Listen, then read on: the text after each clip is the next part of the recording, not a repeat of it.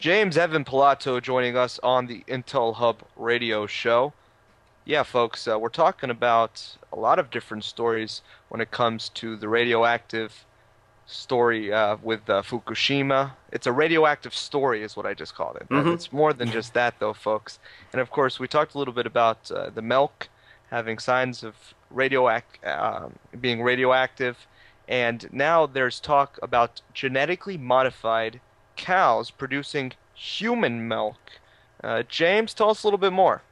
Well, I have this posted up on one of my sister sites in the media monarchy kingdom on foodworldorder.com, and I take it from the Telegraph. Genetically modified cows produce human milk, where they note scientists have successfully introduced human genes into 300 dairy cows to produce milk with the same properties as human breast milk. The scientists behind the research believe milk from herds of GM cows could provide an alternative to human breast milk and formula milk for babies.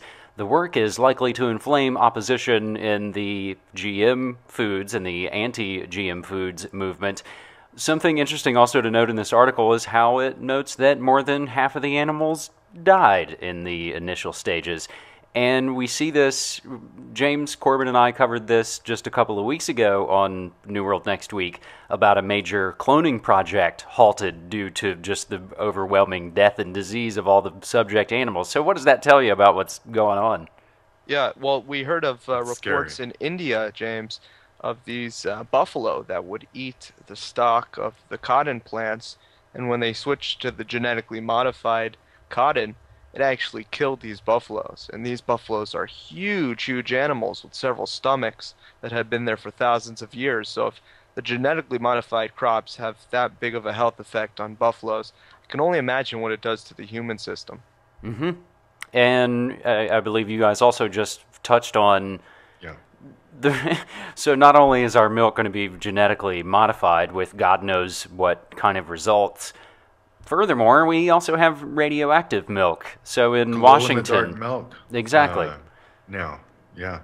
And I'm here in Portland, Oregon, and just today from KGMI out of Washington State, radiation found in some milk within our state. Health and ag officials confirming that Washington produced milk poses no risks from radiation. This is all the double talk that we get. Oh yeah, it's Well, got a lot more radiation, but don't worry about it.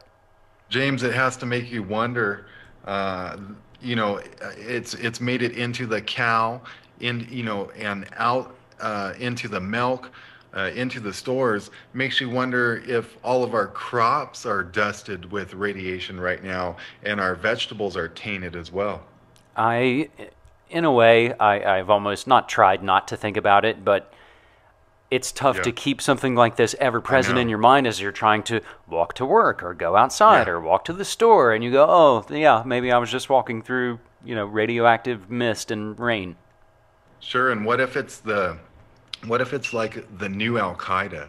It's like this invisible enemy all of a sudden, and it starts popping up everywhere. Hmm. I mean, they could really use this to their advantage, the establishment. Who needs It's anthrax? exactly because it's such an elusive threat. You have no idea if it's sneaking up on you or not. And some people say, yes, it's everywhere. And others say, well, perhaps the story's being overblown. And yeah, you could say that about radiation and Alciaida. Hmm. And the coverage that you and James have done on the nuclear issue has received a lot of views and a lot of Hmm. interest. What's going on with James? Is he doing all right? As James far as Corbett, that is. yeah, as far as I know, everything he's still doing well. I just talked to him a few hours ago. We always tape our New World Next Week episodes on Wednesday, and then they go up Thursday.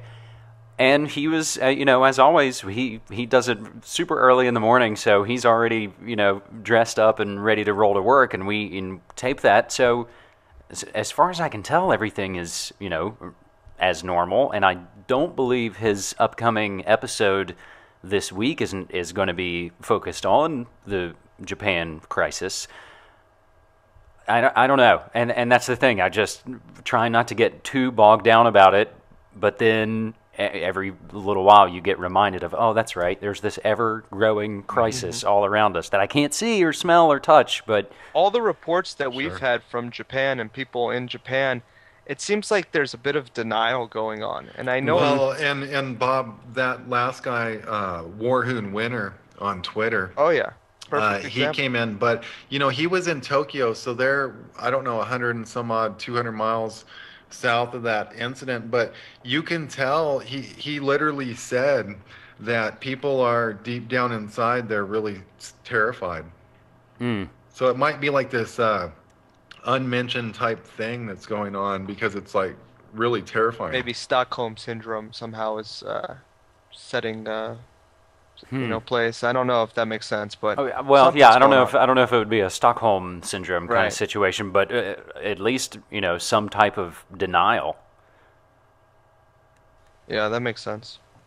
Interesting stuff. Well, a lot of people think that it's a distraction to the Libya situation, or vice versa. They think the Libya situation is a distraction to the nuclear situation. And I kind of have just been, riding the fence, taking a look at both Hmm. issues. So, That's a definite valid point, and I know each week on newworldnextweek.com that I do with James Corbett of corbettreport.com, I always feel like I have to kind of stress to folks that just because we've picked these three stories to go over this week doesn't necessarily mean that these are the tip top most utmost important stories. I think we try and curate stories that touch on a lot of different areas and then hmm implore folks to go check out our own, individual shows and side projects. that makes sense.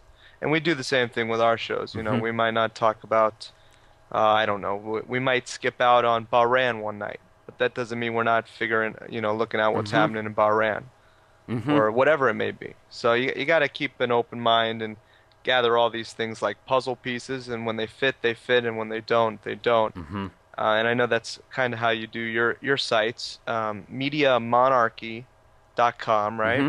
That's the main flagship site, and then over the which, and actually I've been running mediamonarchy.com since September 11th, 2005, Wow. and I started the radio version of the show when I did move out here to Portland, Oregon, and that show has been going Mhm. on for almost 5 years now. But I've also, along the way, kind of added other sites into the I love the name kingdom. of this one, James. Foodworldorder.com. That Yeah. came to me during one of my live radio shows discussing, some type of food issue, and it just kind of it came out.